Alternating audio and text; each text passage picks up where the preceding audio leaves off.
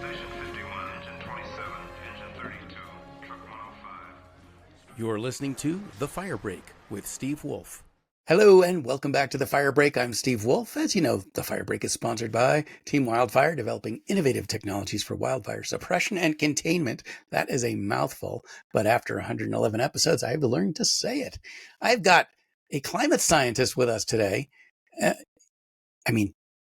climate scientist with us today, Daniel Swain, who is right here with us in Boulder, Colorado, and is looking at some pretty interesting things as they pertain to wildfire, wildfire spread, wildfire formation, wildfire understanding. And I'm hoping that in the next half hour or so, I'll gain some more understanding of what is driving this issue. Welcome to the Fire Break, Daniel. How are you today? Thanks for having me. Fortunately, no fires locally at the moment, so we've at least got that going for us. We got a day off, right? So I'll what are you take working on right now? What's the focus of your study? Well, I wear a few different hats. On various days, I'm either a meteorologist, a weather scientist, or a climate scientist. Longer time scales, larger spatial scales, or sometimes a wildfire weather scientist, depending on the need and the niche. And so I really do look at all of these things in my academic world.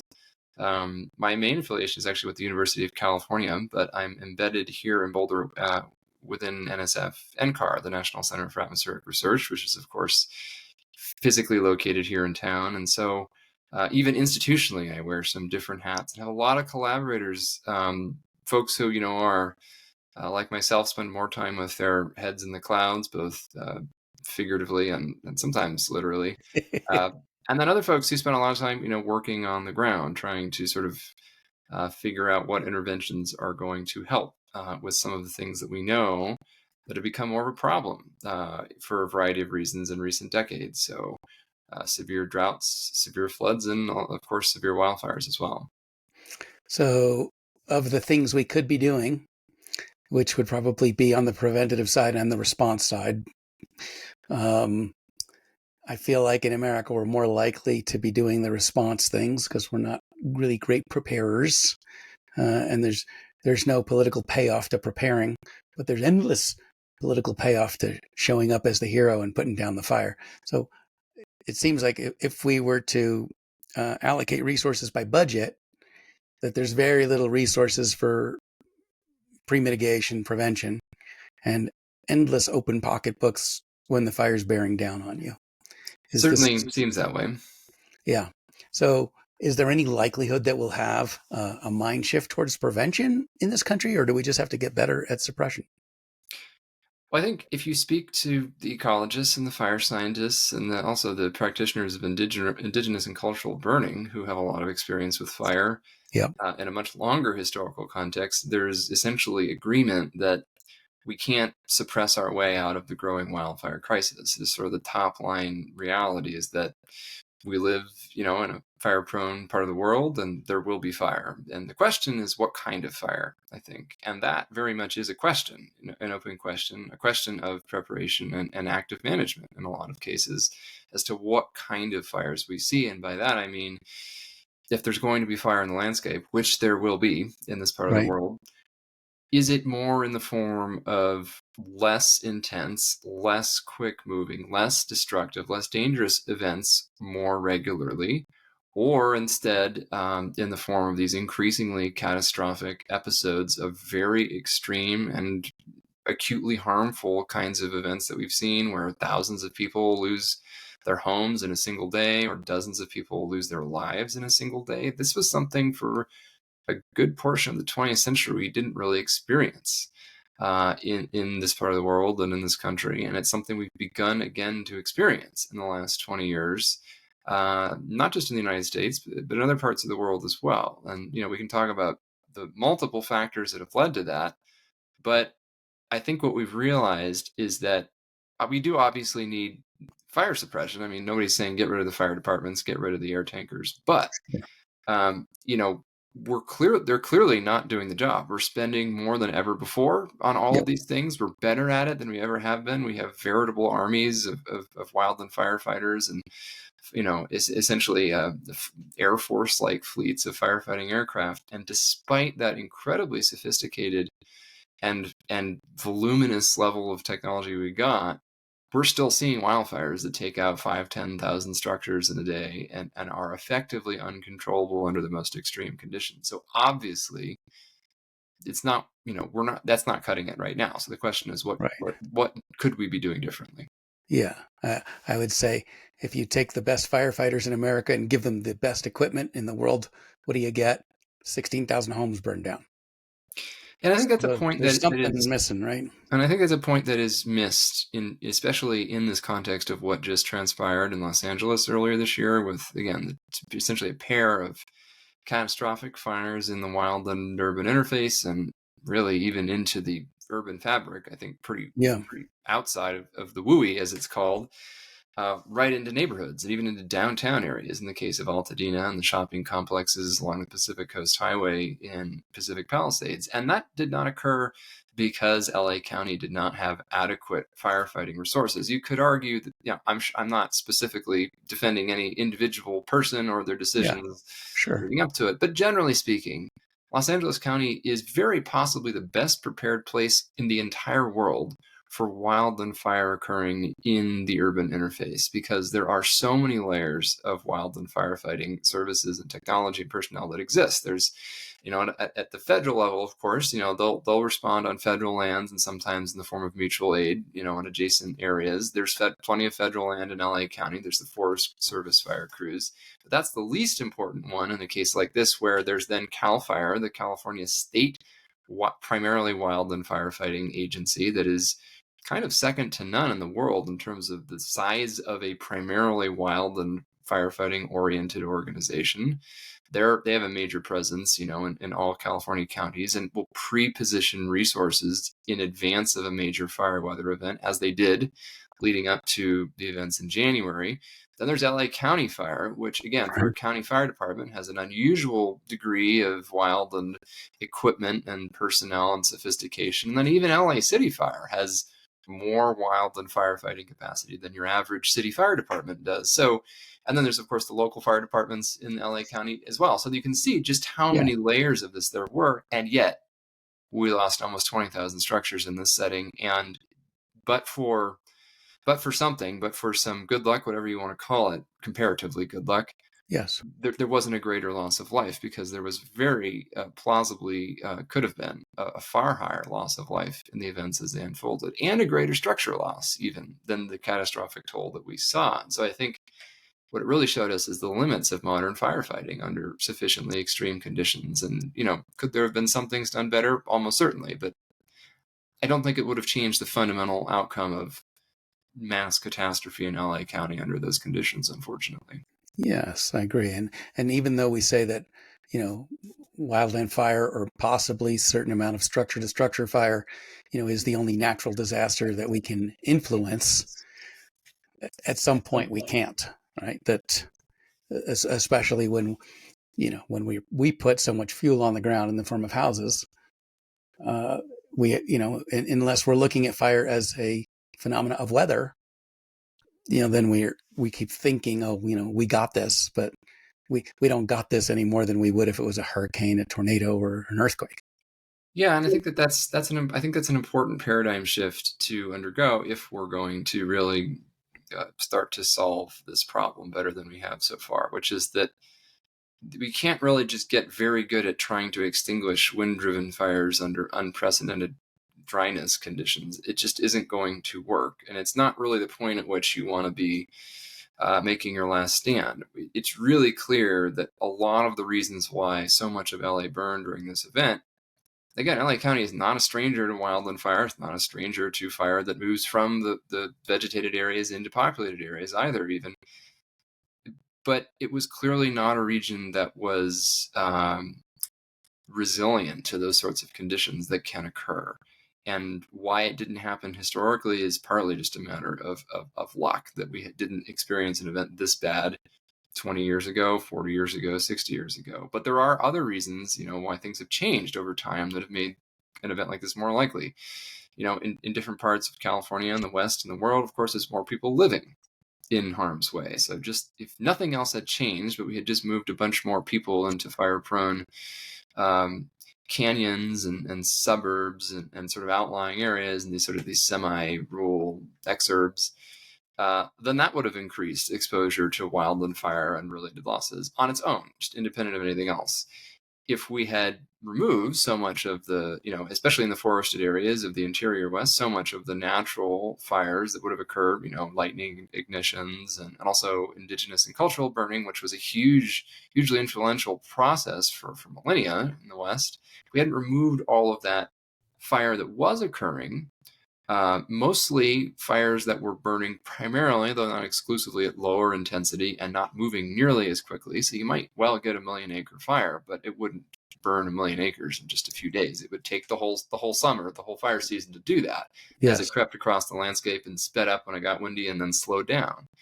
If we hadn't done that, then we might be not having the increased fuel loading problem that we have in a lot of the forests. Although, notably, in LA County, these are not really forest fires. They were burning primarily grass and brush known as chaparral. It's very woody brush, but it's not trees. It's brush nonetheless. So that's not really what was going on there. And then on top of that, we do have climate change, which has made things hotter.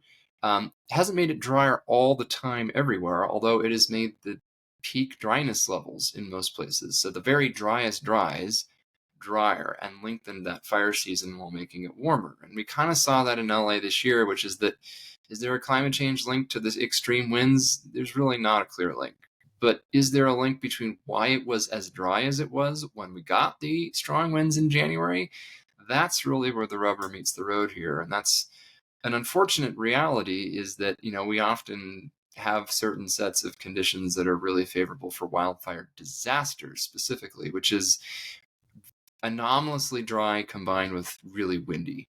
That's just the real killer combo. And it can be really dry and you can get fires and they can cause some damage, but they usually don't take out 10,000 structures in a day unless there's that extra X factor, which is often wind. And there's actually a lot of recent research that suggests that we probably should be thinking about some of these extreme fire events essentially as extreme weather events. Some researchers have described recent wind-driven fire catastrophes as essentially wind events with fire embedded in them. If you see some of the footage from LA, it actually becomes really clear why that is a statement that's been made, as you can see this blizzard of embers under hurricane force winds blowing down this average suburban street. Yeah. So it wasn't a case of competing egos where LA said, I'll take your Marshall fire and I'll raise you 20x. Yeah, I mean, but both of these things were winter fires. So yeah, this concept of the fire year. And that's another really important point too, is that, there's this notion of fire season, and we still have a fire season. There's definitely still a time of year when fires are both more likely and more likely to be destructive.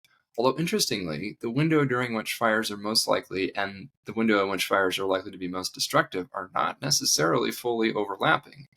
We can get plenty of grass fires this time of year, for example, in California. We've already seen plenty of them. And almost all of them are essentially a non-issue because they are relatively low-intensity grass fires that are occurring on the days that happen to be drier and windier. And obviously, if you're immediately adjacent to them, it can cause some problems. But these are not the kinds of fires that take out 10,000 structures. We're not going to get this week, for example, I'm quite confident, one of those kinds of fires in California because we don't have the preconditions. It just isn't dry enough right now, fortunately. But I think the reality is that, in January in Southern California, usually the rainy season has arrived. Usually it's not warm, dry as summer, essentially, and windy. And you can get winter fires in Southern California, mainly when you have those Santa Ana winds blowing. But usually it's rained at least once or twice before you get there. And so the consequences are not nearly as dire as just the incredible, historically unprecedented level of dryness leading up to the events in LA. Then we got the wind event and then was off to the races. And as you say, it was the same situation in Boulder, just south of Boulder, Colorado, with the Marshall Fire back in 2021, which occurred in late December. It was close to New Year's. And once again, it was a period of record warmth and dryness in the months leading up to what was then a strong, but certainly not unprecedented wind event in the middle of winter. And that was another catalyst. We've actually seen this play out in very different geographies. So now we have this catastrophe in Southern California in January. We have a couple of years ago, the December catastrophe in Colorado. But then even in a place like Maui, remember the preconditions for the Lahaina fire that was now the deadliest wildfire in modern North American history occurred on the island of Maui, a subtropical island in the Pacific Ocean. But was it immune from this kind of risk? No. In fact, it was a very familiar pattern where we had a very strong downslope wind event, some degree of pre-existing unusual dryness. So there was a drought. It wasn't historically unprecedented, but it was a moderate to severe drought, very strong winds, immediately upwind of a highly populated area that was not resilient to the ember storm. Literally, this storm of billions and billions of embers bombarding anything that's flammable. And eventually, when you bombard a structure with millions to billions of embers over hours, if there's any weak points, those embers are going to find a way to ignite. Yeah. Can you tell me about the word resilient that's come about so much? I always thought resilient was the ability to bounce back versus resistant, which was the lower propensity of getting knocked down in the first place. Yeah, so, I'm being a little bit imprecise with my language here. Well, no, I mean that's the word people say, like, oh, we got to make this area resilient versus resistant. I think the reason why sometimes we use resilient in the context of trying to prevent the problem from occurring in the first place is because even the most fire hardened structures are not fireproof. And we've seen that, in LA, there was a much higher survival rate for the structures that were specifically designed with best practice, wildland fire best practices in mind. But some of them did still burn, partly because some of the neighbors were not, did not have those materials. And when all of your neighbors on all four sides have their houses on fire, it really is it's a losing battle, unfortunately, even if you have a structure that has almost no gaps and is highly impervious to embers or open flame. But I think it's mainly it's just to acknowledge that, which is that you can make structures much less likely to burn in a fire, either by building them in relevant ways or retrofitting them to be more resistant to the flames or the embers themselves, or the landscape around those structures, adapting that, being mindful, again, of wanting to foster, and perhaps resilience is a more collective term for more than just your home. But if your house is designed and built and maintained in a way that makes it less likely to burn, it's sort of a positive externality. The less likely your home is to burn, the less likely your neighbors' homes are to burn. Although, of course, the reverse is also true. Also true, right? Yeah, just when I buy my watch, am I looking for one that's water resilient or water resistant?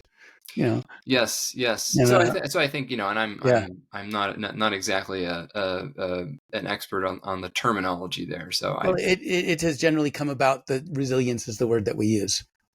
I think it's maybe a more I like it in the general sense, which is that I think part of making a community or neighborhood fire resilient, for example, has a lot more to do with what you do beyond the individual fire resistance of structures. Yes. It is partly how you manage the vegetation in that community. It's partly how you think about designing ingress and egress routes and evacuation routes, and how do firefighters get in, how do people get out when they need to, how do you communicate what you should be doing in a disaster situation, or just in general, in terms of management and how you, what are you doing? What are people's awareness of the level of risk? Are you engaging in prescribed fire treatments? Are you thinking about, what people plant in that, that few feet right up against your home? Those are, I think those are pretty clearly in the resilience camp, because what it says is that if there is a fire, your community is more likely overall to come out, if not unscathed, at least in much better shape than it would have been, and potentially being re-inhabitable much sooner or to a much greater extent. Because there is, unfortunately, as we've seen over and over again now, is that there is sort of a critical threshold beyond which destruction within a community, once you start to approach 50% or even 30 or 40% of a community, can be such that it makes it impossible for the rest of the people whose homes didn't burn to return on any kind of desirable, meaningful timescale. And so this more holistic, I think, notion of resilience is probably more appropriate at, larger spatial scales of aggregation, the neighborhood, the community level. But I think that we can certainly think about individually fire resistant structures as contributing to more fire resilient communities, with again the caveat that under the very most extreme circumstances, which we are unfortunately seeing more of, which is part of the problem, even a high level of resilience doesn't guarantee that an individual structure or community won't still have a bad outcome. But it certainly shifts the calculus much more in the favor of communities that have attempted those sorts of interventions. Well, speaking of calculus, I have a math question for you. Sure. No, I don't really. Always But dangerous. it was a science question. You're a climate scientist, and typically, like, let's say you were going to be a physicist, of which I know you have skill. You could go to school, and you could learn pretty much most of what there is to know about physics if you're not getting into esoteric current research, and you could be a competent physicist. But it looks like so much of the science around fire is so recent that it's not very likely that there's existing textbooks that explain or help work your way through the circumstances that we're seeing now. Now, I know obviously all fire conforms to the laws of physics, but the way they're applied and the way that we're seeing them don't look like something that someone who went to school 20 years ago and studied climate would have much relevance to bear on what we're seeing now. What's that like, living as a scientist in an environment and under conditions where things are changing so rapidly? Yeah, well, that's where I think it's interesting that I am not per se a fire scientist. I'm a weather scientist and a climate scientist, and perhaps you could call it a fire adjacent scientist, which sounds less interesting. But I do come at this sort of laterally from knowledge of atmospheric processes and other Earth system processes, and as you mentioned, sort of applied physics. And, fire in general, just the process of fire, whether we're talking about wildfire or any other kind of fire, is fascinating because it's an inherently sort of cross-disciplinary thing, right? It is fundamentally a chemical reaction. I'm not a chemist by any definition. But when you talk about wildfire, now it's a biogeochemical reaction. So, it's not just pure chemistry or physics, but you're actually bringing in the living component of the Earth system too. And in fact, that really tweaks a lot of what, your assumptions are. And there are fire scientists. There is such a discipline as fire science.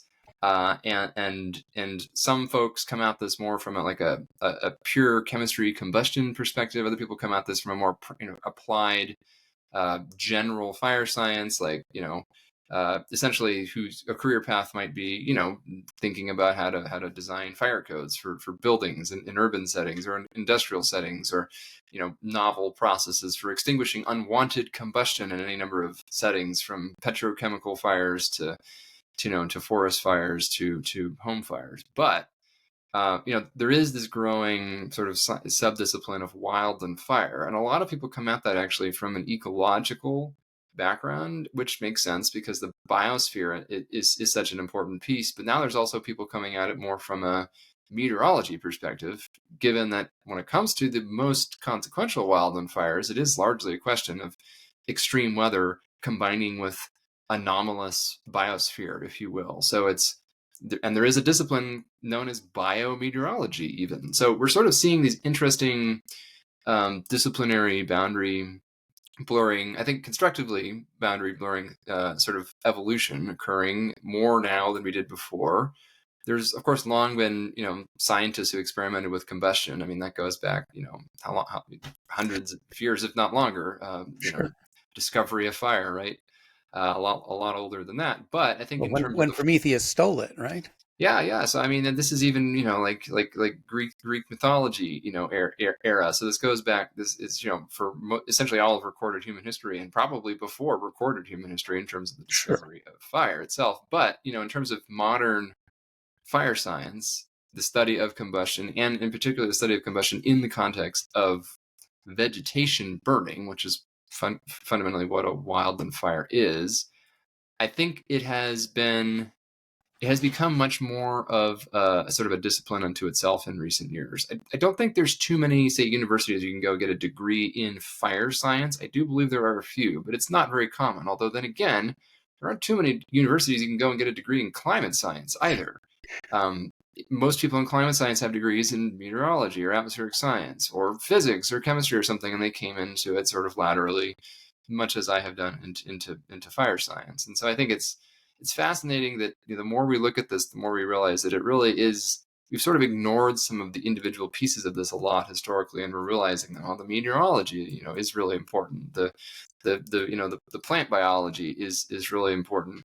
And so it's been fascinating to sort of see the convergence of some of these disciplines. And I have some colleagues who have a foot in the door of both traditional, combustion science, and they're primarily looking at the dynamics of structure fires, and they'll literally have laboratories where they'll mock up a structure, like a full-scale building, and then burn it, in a wind tunnel or something. And also people who work with, satellite data or imagery from real-world conditions out there, where there's a wildland fire. So it's been pretty interesting time. There are textbooks. I mean, there definitely are. They weren't what I were trained with, personally, but there are textbooks on wildland fire and fire in general, and there are more and more people, I think, who are specializing in it, as we realize that this has kind of become one of the more consequential types of emerging disasters in some regions in the world. I mean, in California, more people have now died. The direct death toll, in other words, from wildfires since 2015 now exceeds the cumulative death toll in all earthquakes in California since the 1930s.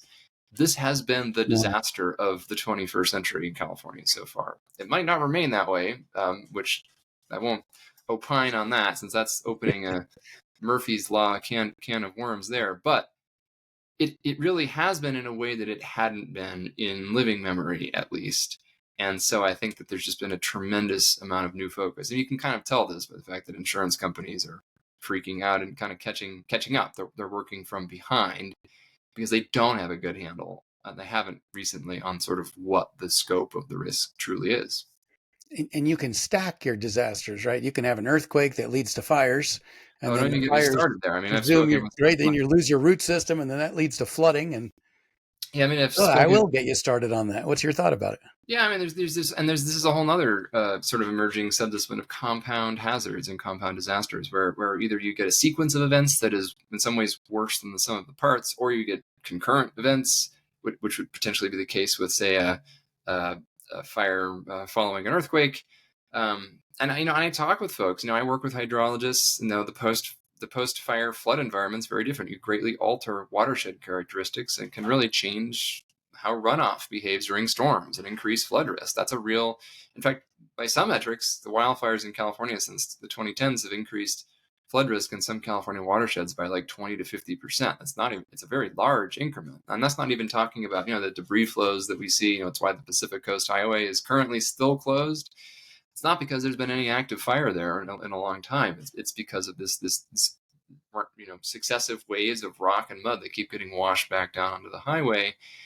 The risk of a major fire event following an earthquake. This is something that my colleagues and I put a research proposal together to sort of look into. It wasn't funded, but the basic idea is that, just think back, if the history of San Francisco, 1906, of course, the city was devastated by the earthquake. But what was it really devastated by? It was the fire. Most of the city survived the initial earthquake, with some exceptions, but that was then destroyed in the subsequent fire.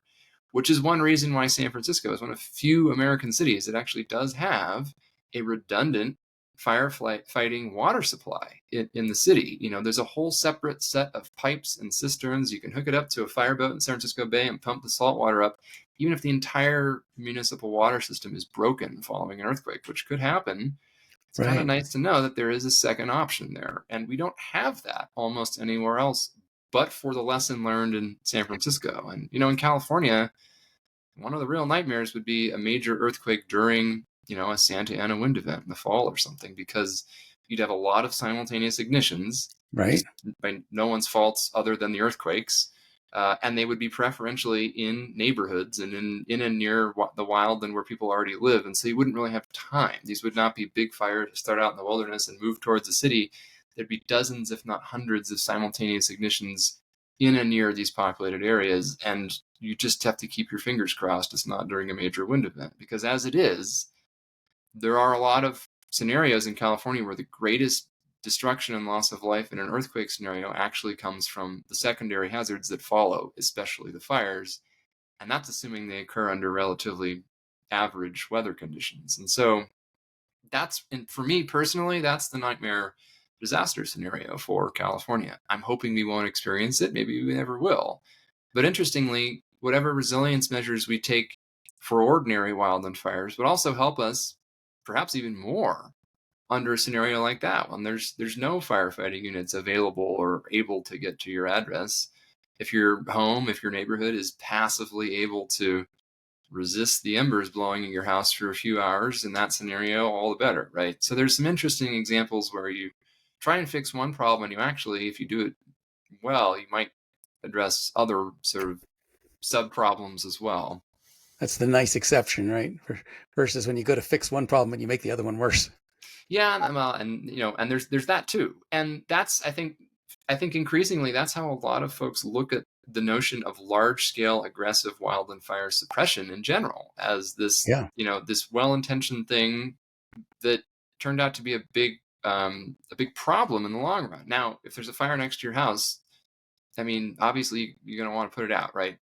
But I think so there is this. But the challenge is if you do that with every single fire out there in the wilderness, then you've sort of removed what is effectively a natural, largely self-regulating process from these ecosystems, and they're going to start to drift outside of their their equilibrium in terms of the density of fuels and the amount of fuel on the ground and all of that. And so now we have these sort of two goals that are almost antithetical, not 100%, but they're increasingly orthogonal, which is that suppression, like we need planes, we need firefighters, we need the fire engines because we don't want people's homes to burn down, right? But also, if we put out every wildland fire when it's still small, I mean, this notion of, and this is something unfortunately we've moved back toward right now in this moment, right? The federal government policy of reintroducing the next day rule, which is literally, there've been books written on why that was a large part of what caused the problem to begin with. Yeah,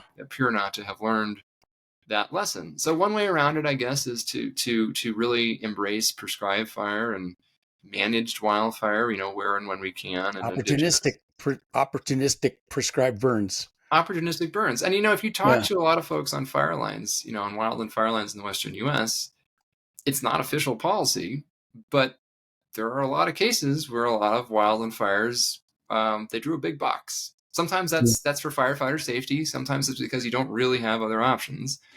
But, you can also draw big boxes and then, let the fire burn through the box as a form of semi-managed wildfire. It's a little bit risky too, because sometimes once it gets to the edge of the box, it does something you don't want it to do. If you get unlucky with the day that it arrived at the edge and it's a hot, dry, windy day, then that can be a problem. Right. But I think the question with all of us, nothing is zero risk in life, right? Prescribed burns, they're never going to be zero risk. Right. But the question really isn't, are they zero risk? The question is, does it produce less risk than not doing them in the long run? And I think there the evidence is clearly that it does, that they're far safer than having a uncontrolled wildfire, which is most likely to occur at the worst possible time. Statistically, that's when they're going to happen. This is my favorite thing, by the way, when people say, oh my God, there must be lots of arsonists running around. There were so many fires and it was so hot and dry and windy. That must not be a coincidence. I say, well, you're right about the last bit. It's not a coincidence. But the causation is that it was really hot, dry, and windy, so there were a lot of fires. Yeah, so, right. Not that there are people, necessarily running around taking advantage of it, but I mean, think about some of the ignition sources for recent California fires. I mean, a man hammering a stake into the ground, or, someone's Tesla catching on fire, or someone's house catching on fire. Unfortunately, it happens sometimes. And then, you got a plume of embers out into the dry vegetation. So we've seen those in Boulder where a house fire becomes a wildfire and a wildfire becomes a house fire. Yeah, I mean, I was a few years ago, we were on Interstate 80 somewhere in Wyoming, western Wyoming, and somebody had a blowout on the freeway, and they were sort of, they were veering around. Unfortunately, they made it to the shoulder, no problem. And then this all happened over the course of about 60 seconds. We saw this happen in front of us. They made it to the shoulder. We said, okay, good. Glad they're okay. Literally within 30 seconds as we were passing the car, it was clear that had already started a grass fire on the side of the highway because, it was driving on the rim. Not this person's fault, presumably, but it's just a fact of life that, all the things we do generate sparks. Combustion is a big part of our daily life. All the vehicles traveling down the highway had, nice thousands of times per combustion hour in the engine. Yeah. Minus the Teslas, I guess. But, and then well, those things they have start a whole fire other different kind of fire. Exactly. So, which may be cumulatively worse when you look at the chemical released in those lithium-ion battery fires and the amount of water that gets polluted trying to contain them. And this is a challenge that we really, especially with the really heavy, electric vehicles that have these enormous batteries. There's just so much, metal ions and other stuff that can potentially, and we've seen this now. We saw that, I think the first big issue with that big modern urban fire that burned a lot of batteries all at once is probably Lahaina on Maui. And that was a big, there's a big environmental contamination. And that was further compounded because that Maui's a small island, didn't really have the facilities to deal with it. Now we're seeing this in LA, and it's not a great moment for the EPA and all of these agencies to be sort of stepping back, because there's actually, there are legitimate concerns about significant subsequent toxicity. And these were pretty concerning reports that firefighters who were responding, the day after the main fire went through, inhaled a lot of smoke that wasn't burning vegetation, which is bad enough on its own. I think we underestimate, the risks of burning in even wood smoke. It's not good for you. There's a lot of evidence it's quite bad. But of course, it is worse to be breathing in, the metal ions, the heavy metals, and whatever acidic smoke can come out of these battery fires in these urban settings. And so that, another example of how combustion and fire, unintended consequences, right? And I think that there's still a question of, cost and benefit, right? But I think it's potentially a cost that we hadn't thought about as much as we could have. The Moss Landing, battery fire at the power plant, that had nothing to do with wildfire, but again, significant. There was an exclusion zone in the region for a while thereafter, and it may have induced some contamination in these large scale agricultural growing regions downwind. So there's legitimate reasons to be concerned. And actually, as firefighters, they usually suffer the brunt of this. The people who are there in the moment when the smoke is most concentrated, breathing it in, and not all of them even have the breathing apparatus. Unless you're planning to go into a burning structure, your PPE is not probably what it should be in those settings. No, I mean, it might keep out some particles, but it doesn't keep out the gases. It doesn't keep out most of the things you shouldn't be breathing. And they don't really know what they're breathing, because their most common piece of analysis tool would be their thermal camera, their TIC, right? But they're not going in there with a mass spectrometer and taking smoke samples and seeing how much lead or cadmium or no. And it's true or whatever, right? They don't know. The chemical species that are going to be in a smoke from a fire, like the Eden fire when it moved into Altadena this January, is going to be very different than that same fire occurring 50 years ago, primarily because of all these batteries and the increased prevalence of just plastics. Furniture composition, right? It's just everything's made of from plastic wood. these days. The structures in large part, it's mostly it's wood wrapped in plastic in a lot of cases, and most of the interiors are plastic. Your clothes are largely plastic. It's plastic. That's a whole nother problem in the world at the moment. But yes, I mean, it is true that even the chemical composition of a urban interface or an urban fire today is pretty different than it would have been even when modern firefighting techniques were first sort of developed, in the 20th century. Like there's homes, structures, vehicles are made of different stuff pretty fundamentally than they were back then. The trees are still the same, but everything else is different. Yeah, right. And even what's inside the trees is likely to be different based on what's different in the soil. Yeah, and that's true. And there's even evidence in some places that in places where there was a lot of deposition of lead, for example, when we had leaded gasoline, and LA County is an epicenter for that. Some of that lead did come from the vegetation that was taken up, because of the deposition decades earlier, back when everyone was driving around, cars and trucks with leaded gasoline. So unintended consequences, and the Yeah. legacy of these things just goes on and on. Yeah. And when you talked about compounded disaster, it really sounded like you're talking about, one of these classic 1970s movies, just all the disaster movies that came out, but they were usually single incident disasters, a plane crash or a flood Yeah. or a tornado. But, I don't think we've seen, and probably we should see a compounded disaster movie, because this will get people thinking about how do these things compound. And really, maybe it's just by looking at the worst case scenario that we could work back the technologies, and the Yeah. mitigation efforts. I think it's a useful exercise. I Yeah. mean, and I've actually had conversations with some Hollywood directors and screenwriters precisely about why we don't have more of these narratives surrounding sort of complex disasters or complex emergencies. And I'm, very much a disaster movie aficionado. I think the sort of the peak era for that probably was about mid '70s through mid '90s. Since then, I Yeah. don't know. Ernest Borgnine was in all of them, right?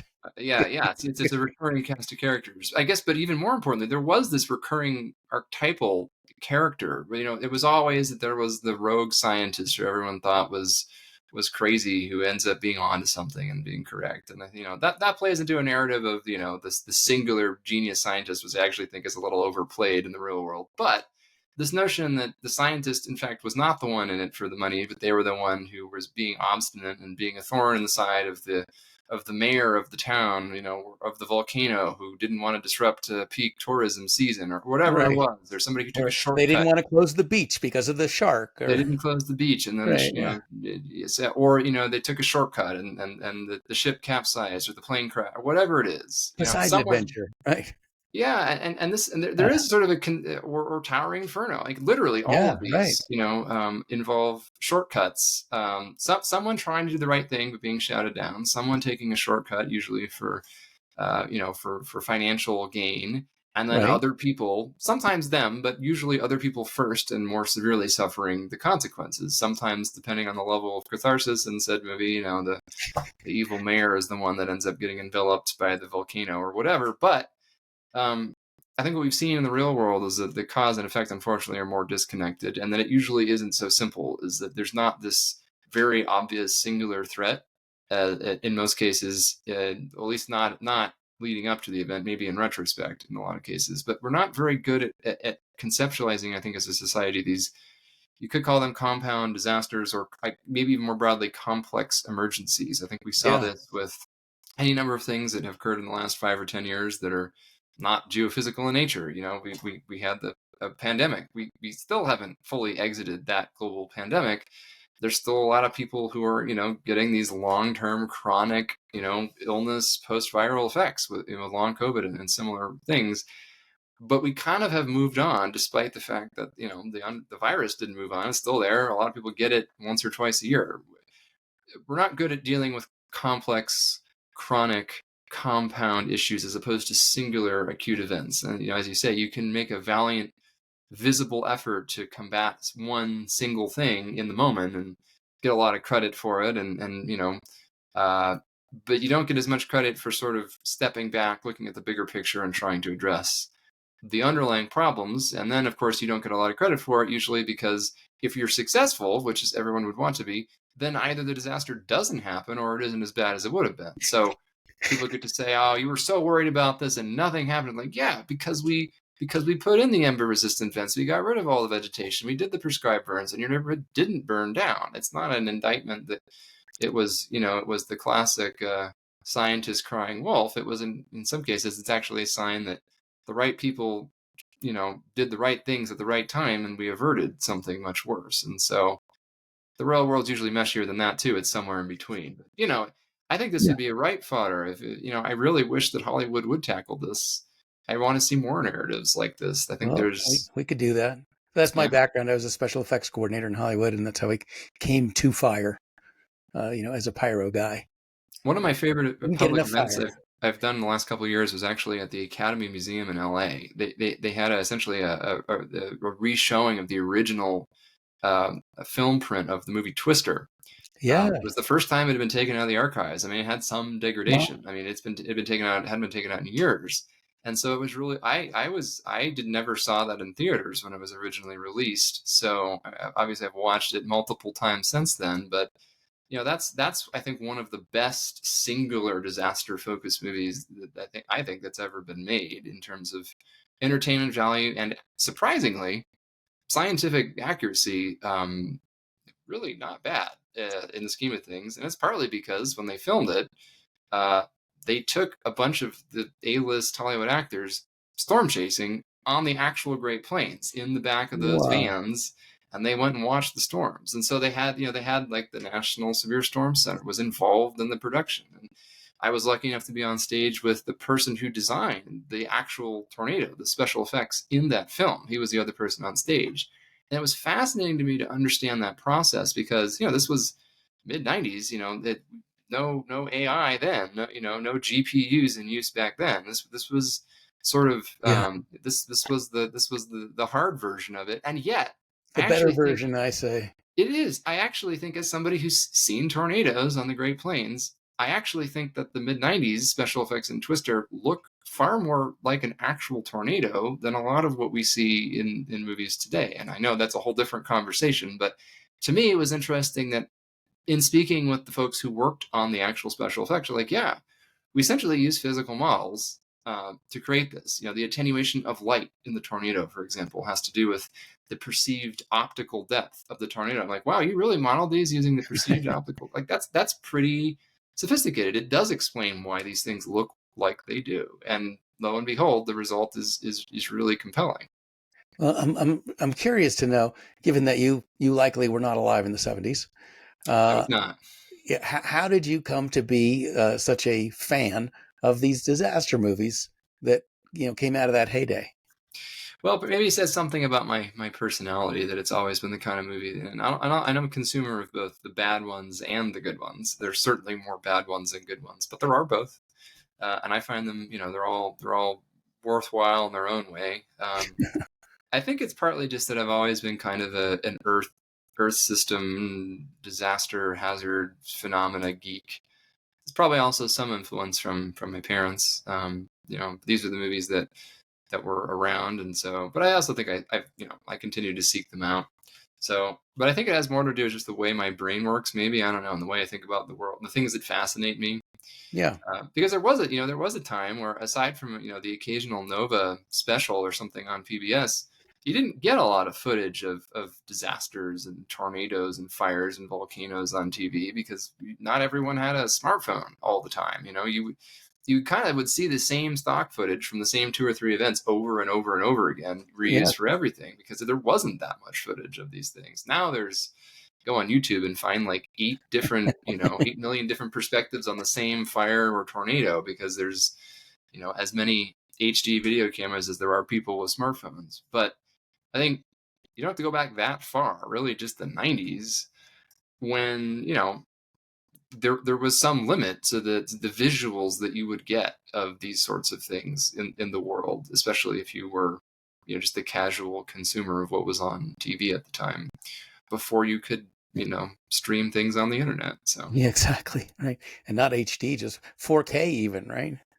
I remember. Yeah. I remember, like I think my parents had taped for me on a few occasions things like the Forces of Nature Nova specials. I think I Those were probably, such good shows. and those were, there's on VHS tapes, and I probably wore them out. So Yeah, it's another interesting how much of a generational divide there is between people who are like 5 or 10 years younger and just have absolutely no experience in any of the things I just mentioned. VHS. What's that? Yeah. Yeah. Well, and I think, like, as you said, part of it does go towards personality, though, because there are people that seek out that content, even though they have to Yeah. go to There, archaic there are medium to definitely, find it. probably Yeah. most people in my peer group over the years would be really bored by a lot of this stuff. So, but I think, it tells you something. Like, I will occasionally, as I say, I live here in the Front Range of the Rocky Mountains these days, and that is adjacent to the Great Plains. I will occasionally go what I call low stakes storm chasing when I have a free afternoon during tornado season, because within a few hours drive, you can sometimes go see the most violent storms on Earth, as they are sometimes called, and there is some quantitative reason why that is not a totally inaccurate statement. You got to go spend a few hours driving out into the Great Plains. There's not a lot of population out there. It's very flat, which is one of the reasons why you get these kinds of storms. Right. And you got to wait. Some people I've described it to people as like, imagine as if it was bird watching, but there were only a couple days a year when the birds were there, and you had to drive hours to get there, and it was kind of in the middle of a giant million-acre extent of farmland. You gotta have the patience, because it's not it's not a dramatic environment. It's not a visually spectacular environment until the clouds are up, and then all of a sudden it's really fascinating, because now the contrast between the flat ground and the dirt and the grass and the fields growing is just visually spectacular. So could this be something that you could address with something like the FireAware camera network, but putting them, I'm guessing that you can't really spot these tornadoes well from space because the cloud cover itself would obscure your view. Mm-hmm. Yeah, tornadoes are an interesting thing in the weather world, because most things we can use with, as you say, with remote sensing. So we can look down from space, from satellites. We can use weather radar, and we can, to a certain extent, use weather radar for tornadoes, but not satellites, because, as you say, tornadoes are too small. The widest tornado ever recorded was several miles wide, which is a horrifying width for a tornado, but is still, in the scheme of things, very small relative to what you can see from space. And the typical tornado is far less than a mile wide. We're talking about a matter of 100 yards perhaps or less. So these are pretty small features, and they don't last very long. Sometimes a tornado will last seconds to minutes, and so they're kind of ephemeral. They can be very destructive. It's an interesting example of something where we really rely on ground-based weather radars, and those don't have complete coverage. We have about 150 of them in the U.S., and there's gaps. Unfortunately, in this moment of all this federal turmoil, there's more and more gaps than there were before. But we rely on human observers.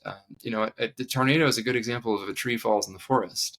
Yeah. Then in this case, it definitely doesn't get recorded as a tree falling in the forest. So there are undoubtedly tornadoes that occur in places that nobody's ever there to view them. And unless somebody's there, the process for confirming that a tornado occurred in the US right now is that there needs to be some evidence, some damage.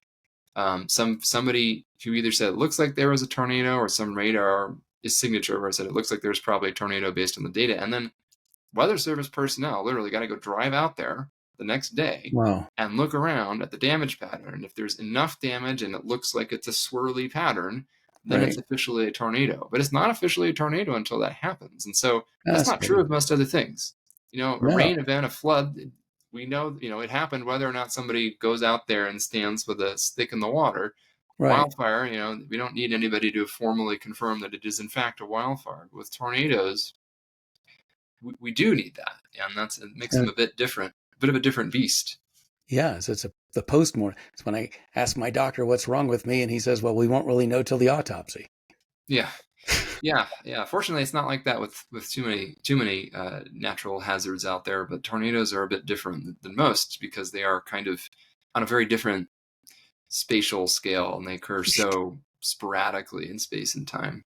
Could you set up your cameras and then build a mobile home park to attract the tornadoes? Well, we do capture on camera a lot of, there's more cameras out on the plains too than there used to be. And so we do see more of them there. The tricky part is sometimes they're wrapped in rain or hail, and you can't tell if it's just a big old thunderstorm or tornado embedded in there somewhere. But we definitely see more of these on cameras than we used to. And once again, this is the smartphone documentation era. You could call it epidemic, but era, I'll be polite.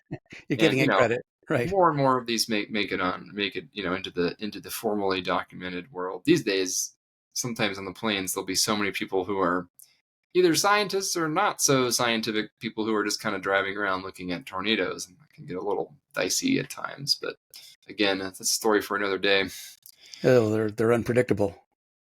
Well, the people in particular are far more unpredictable in many cases than the tornadoes. That's what I worry about more on the road. And with wildfire, we talk about evacuation routes, which is a whole other can of worms in terms of lack of information given to the public, right?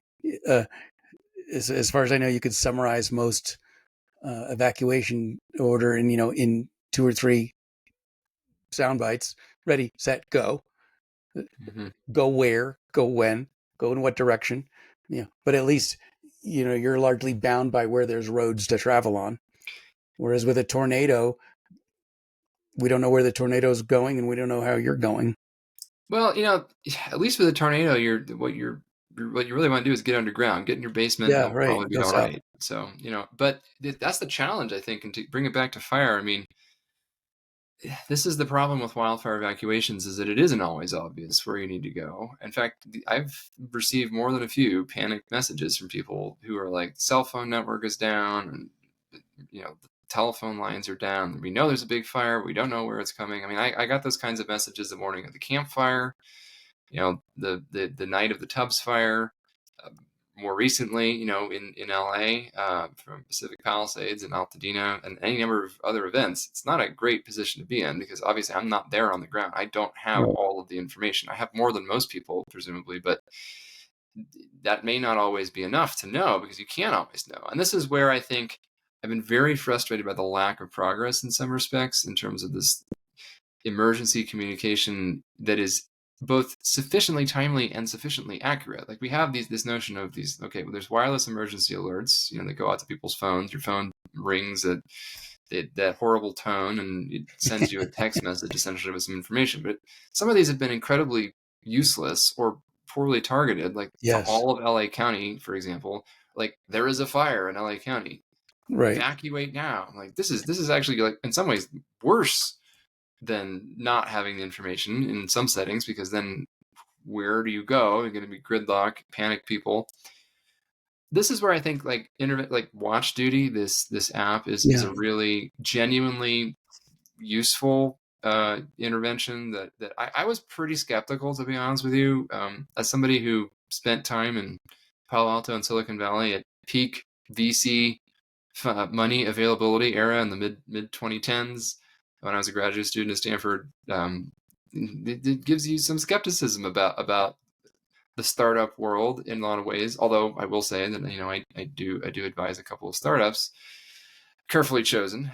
But Watch Duty, I think, they really did win me over. I mean, I really do think that they're in it for the right reasons, and they're going about it the right way, which is to really just obstinately move the needle and try and make things better, and think of the most efficient way to move the needle quickly in terms of getting wildfire information out faster, apparently, than official authorities can manage to do Way it. faster. I mean, there's just no question. And I know, local fire agencies and CAL FIRE and Forest Service don't love that. They don't like the fact that there's this essentially an app startup that is genuinely, on almost all occasions, getting this information out more accurately, faster, and in a more intuitive way, a more accessible way than they are. But that is just the reality in this moment, is that they are. And I do know that increasingly a lot of these fire agencies personally use, I mean, people within them are using Watch Duty, which I think should say something as well. But there's this notion of, public information officers will sometimes say, oh, but how do you know that it's right? Like, there's no official vetting. And I'm like, but the problem is, if you're making a decision, if in the next 2 minutes, whether you need to get in your car and leave, or you're not going to be able to leave, you don't really have the time to wait a couple hours before this goes back up and down the chain of information. And so in those settings, I do understand that, the do no harm philosophy, to borrow a term from the Hippocratic Oath. But also, I think there are circumstances, by being too conservative through information dissemination, that's actually more likely to cause more harm than by trying to, with caveats, give people the real-time information to the best of your ability, which is clearly what Watch Duty is doing, carefully and thoughtfully, and I think largely successfully. But there are still gaps. Watch Duty was kind of delayed in those early moments of the Palisades fire. It was still one of the earliest tools to really tell you where it was going. But, I was kind of reading the tea leaves on that one. And a lot of folks are saying, oh, yeah, there's a brush fire in Pacific Palisades. And I was saying, no, this is bad. This is not just another brush fire in the Santa Monica Mountains. This is going to be, at a minimum, a major wildfire disaster, and potentially, something worse than that. And that was pretty clear in the first 20 or 30 minutes if you knew what you were looking at. But I don't think most people did know what they were looking at in the first 20 or 30 minutes. So there are still gaps later that week. Those errant wireless alerts went out to huge areas. So a lot of work still to be done, but I do think, despite my initial reservations, Watch Duty is now doing a really important work in this space. Yeah, they really are. And we have we have the errant alerts that you referred to, and then we also had areas that should have been alerted that weren't. Yeah, and that's something that can be acutely life-threatening, right? I mean, that's something that is the boy who cried wolf syndrome, or unwarranted panic. I guess you can get the other direction, but really, the one you really want to avoid as much as possible is not warning. Especially if people know that there are warnings that can be issued and then assume that one will be issued if they're truly in danger, which is not always the case. And so, my advice is always, if you feel uncomfortable, I mean, you really do have to take responsibility in that moment to get yourself out of harm's way, which is not, I'm a big fan of making it as easy as possible for people to be safe and do the right thing. But in those cases, sometimes your eyeballs and your ears and your nose are going to be the best information you've got on the ground as to what's going on, and realizing that if you wait till the last minute, you narrow your options. That was my advice the morning of the campfire, when we didn't really know what was going on. There was effectively a communications blackout, which is part of the problem with the people in town. But I was getting some of these messages, some images, just of this really horrifying, like, I'm on the Skyway, there's flames on both sides. At that point, what advice do you give? I don't know. I mean, the idea, ideally, you would have gotten out before that point. And some people did. Some people were like, well, I know there's this there's this 5-stage evacuation plan for Paradise. They said that they would issue starting with the first zone, and then you got to go in order so there's not gridlock. So you go with the places most at risk. And they're like, but there's no siren, we're not getting the phone calls. And it turned out it was because the cell towers had already burned down, the lines had already burned, and the power was out. And so under those circumstances, I'm like, look, it's very windy, it's record dry, there's clearly a fire about to, move into town in the worst possible direction, parallel to your main roads. I mean, I normally I would never advise to ignore official advice, but in the absence of official advice, I think you just got to get yourself out of there. I'm not sure you're going to be able to leave.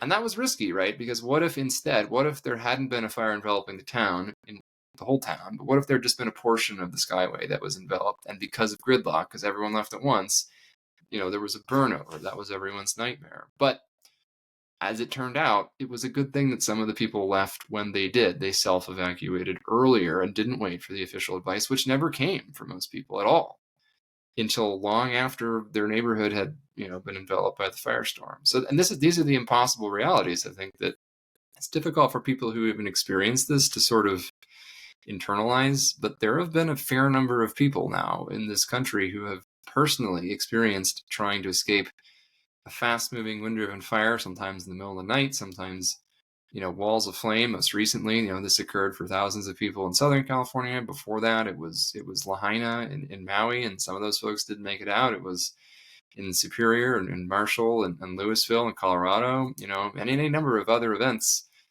I mean, just this winter, there have been events like in South Korea and Japan where there were mass structural losses and loss of life that had not happened before in those places on that scale. So it's more than just a U.S. problem. It's a global problem. And I'm really hoping we can move the needle on some of these things, because we do know that we can move the needle in terms of the exposure and the risk, even as, the underlying hazard, the fires themselves, has been escalating.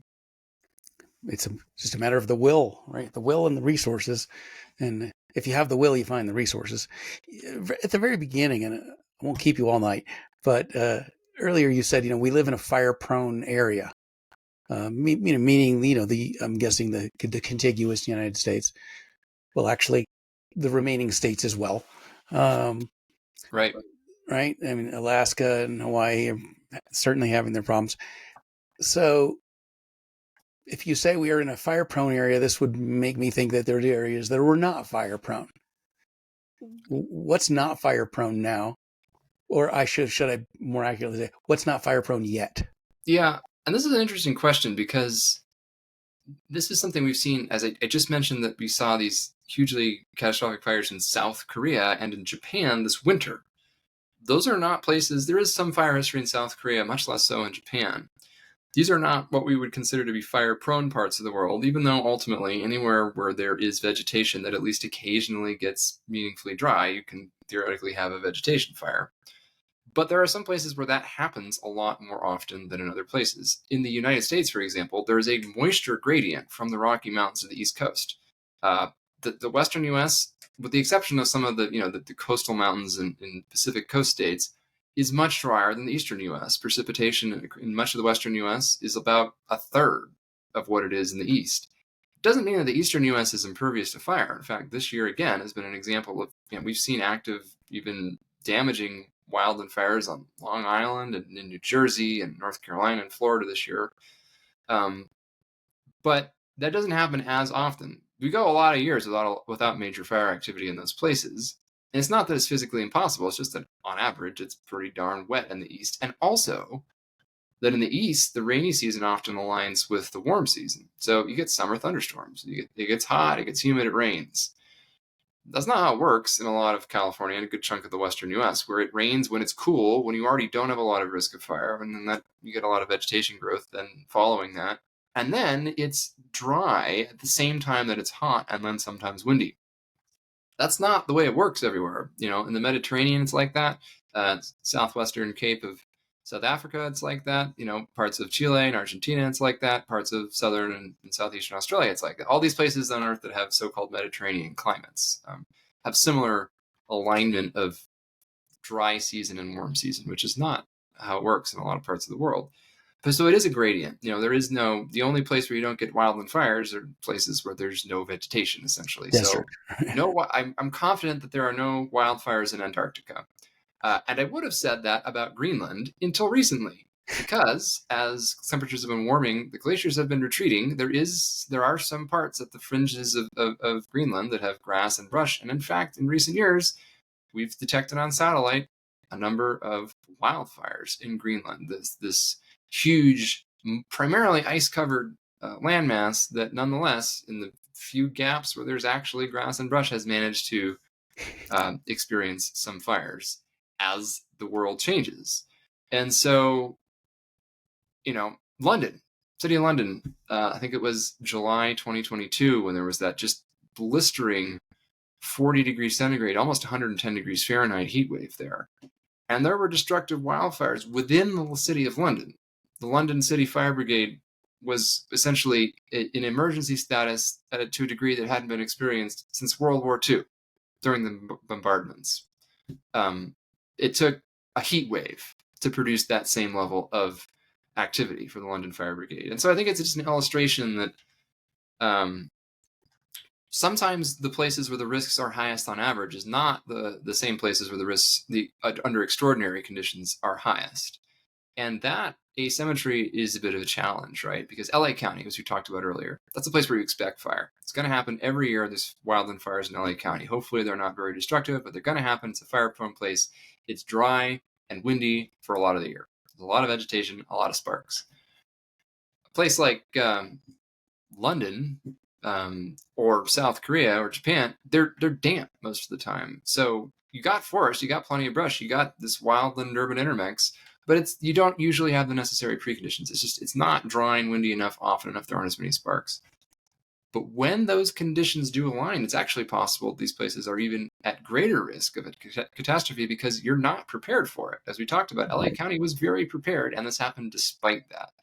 Some of these other places are not very prepared, and some of the catastrophes that are plausible in these places from a wildland fire perspective will occur partly as a result of that non-preparedness, because the perception that the extraordinary risk in the setting is the same as the ordinary risk, which I think we know is not the case. And that's where, in a warming climate, we're seeing this risk emerge in the Arctic and the subarctic, in places that you wouldn't expect, in suburban areas, in urban areas, urban parks during record-breaking heat waves, in a way that doesn't mean that we're going to see wildfires in the city of London every year. I still think it'll be quite a rare thing. But is it a thing now that can sometimes happen?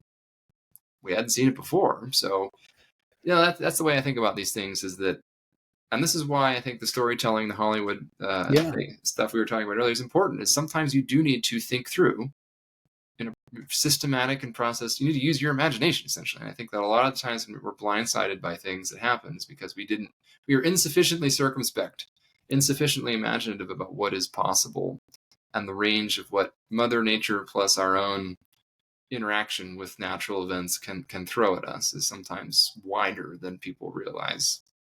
I imagine if you walked through the streets of London and asked people, what's in your go bag, they would have no idea what you're talking about. Right. And I think this is one, unfortunately, this is why on Maui, for example, this event was just so destructive is you talk to the ecologists and the fire scientists and the meteorologists. This was actually a known risk on that part of Maui, but I don't think really anybody who lived there had even the slightest clue. It's not like LA County, where they're aware that wildfires are a risk in LA County. And yet the outcome was just as catastrophic in both of these places when those conditions aligned in the way that they did. Fascinating. And I agree with you that the movies can be used to inform people's ideas about what's possible so that they can start doing their if-thens. It's sort of how we explore the parameter space of what is possible, either in utopic terms or dystopic terms or somewhere in the middle, which is where we live. Well, depending on your view of where things are headed right now. Which side you live more on. Yeah. I mean, I think that's sort of that's a useful way of exploring that space. I kind of wish we did that more in science, and we kind of do in sort of disaster scenario contingency planning, but not often enough. And I think sometimes we constrain ourselves by what we've seen historically in ways that are, damaging. The range of what's possible is a lot wider than the range of stuff that we've personally experienced. Let's put it that way. Yeah. And with regard to evacuations, prior experiences can be fatal because they found it was the people who survived this flood and survived that fire, when they heard about that, I rode that one out. It was no big deal. Yeah, because they don't realize the magnitude has changed so much. We see that with so many. I mean, the classic example of this is like a hurricane storm surge. The deadliest part of a lot of hurricanes is not the wind, not the rain, but in fact, just the temporary rise in the level of the ocean if you're within, 10, 20, 30 feet of sea level. And so people say, well, there was a Category 4, Category 5 storm in my childhood, and it might have hit 50 miles up down the coast or something, but like, we survived. There was just some water in the basement. And then they end up riding out this next one, and they aren't there to tell the tale afterward because the water rose above the roof level and they had nowhere to go. It's a more sobering, dramatic example, but the same thing I think does happen with all these different anecdotes about people experiencing different events in their history. You've got to be careful about extrapolating both historical experience, even collectively, into the future, but also certainly individual experience into the future, because that's an even narrower subset of what is, of what the information you'd actually need to make an informed decision. Well, I know you're passionately curious about this because you mentioned that some of the research that you did was unfunded. So this is clearly a, passion project for you. And so I imagine there's no clocking out in your world, right? 5 o'clock, I don't think about fire anymore. Yeah, definitely. That's probably when you get to think about it the most. Definitely no clocking out. I mean, it's in a different form, right? Than somebody, a national was of a shift worker who has the midnight shift during a tornado outbreak, or a wildland firefighter who doesn't really have much of a shift at all if you're on one of the 24-hour pack in, pack out routines. So I certainly wouldn't claim that, but it is true that that when these things happen, I mean, I'm kind of deeply engaged in it, more or less 24/7 during those episodes. And so I gotta, historically, it wasn't what I was paid to do. Fortunately, with my newer role within University of California, A&R, the Agricultural and Natural Resources Division there, I do have a little more flexibility to have the kinds of conversations that we're having now, but also the kinds of conversations that we have as disasters are unfolding in real time, sort of helping walk people through them to the extent that I can, and also explaining the aftermath. I think sometimes, people, you can help people through the immediate disaster and get them out of harm's way, but then the question is, what next? Yeah. And that's really where then I try and help sort of bring together both yes, we need to be responsive to these things as they're happening in the moment, and then yes, we also need to bring in the bigger picture and try and improve outcomes moving forward. And that means being honest about all of the causative factors. Like with wildfire, people are often talking past each other. You'll hear people say, it's all climate change. And the answer is, it's not all climate change. Although I mean, I'm a climate scientist. It certainly is at least partly climate change.